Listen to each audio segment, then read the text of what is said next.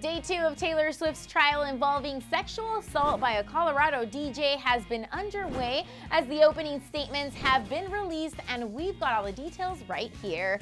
This episode of Clevver's newsfeed is brought to you by TWIX. It's time to decide, which side are you, LeftTWIX or RightTWIX? And if there's one thing Taylor hopes to get out of this trial is for others to speak up and say no to sexual assault. Today marked the second day of Taylor Swift's court case where she is testifying against former Colorado DJ David Mueller for allegedly groping her butt during a meet and greet back in 2013.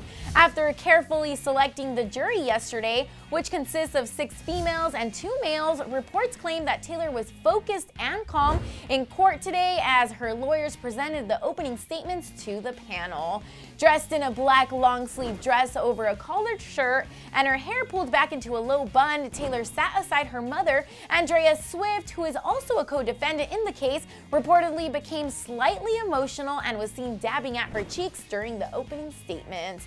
Taylor's attorney began by saying that Taylor is, quote, taking a stand for all women, and that, quote, this is a case of sexual assault in the workplace. Her lawyer also told the jury panel that right after the alleged incident, Taylor told someone on her team, dude, that guy just grabbed my ass. Her lawyer went on to add that, quote, a woman is assaulted, she reports it, and she gets sued. It doesn't make any sense. She's trying to tell people out there that you can say no when someone grabs you, no matter who they are. TMZ also reported that Tay's lawyer also stated up front that Taylor is literally only seeking $1 in her countersuit against Mueller on principle because she believes what he did is assault. She's absolutely certain that he grabbed her butt and is set to declare it on the stand at some point during the week's trial. Mueller's attorney, however, says that David unequivocally denies he touched Taylor in an inappropriate way and that his career has been ruined by her butt grab allegations. Therefore, he countersued Taylor later in 2015 for defamation.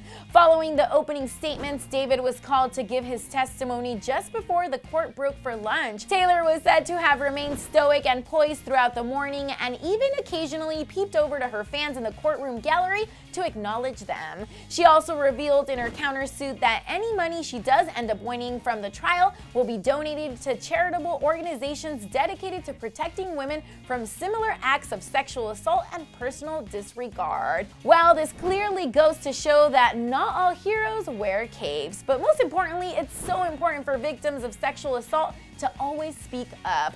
We applaud Taylor for doing a brave deed, not just for herself, but for victims around the world. So right now, I want to hear all your thoughts on the trial so far, and any well wishes you have for Taylor, leave them in the comment section below. And as always, don't forget to subscribe for more updates.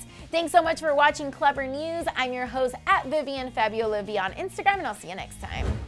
And then click left to see what Kendall Jenner had to say about allegedly not tipping a bartender, or click right to get the details on Chloe Moritz's ongoing feud with Kim Kardashian. Thanks again to TWIX for sponsoring this episode. It's time to decide, which side are you, LeftTWIX or RightTWIX?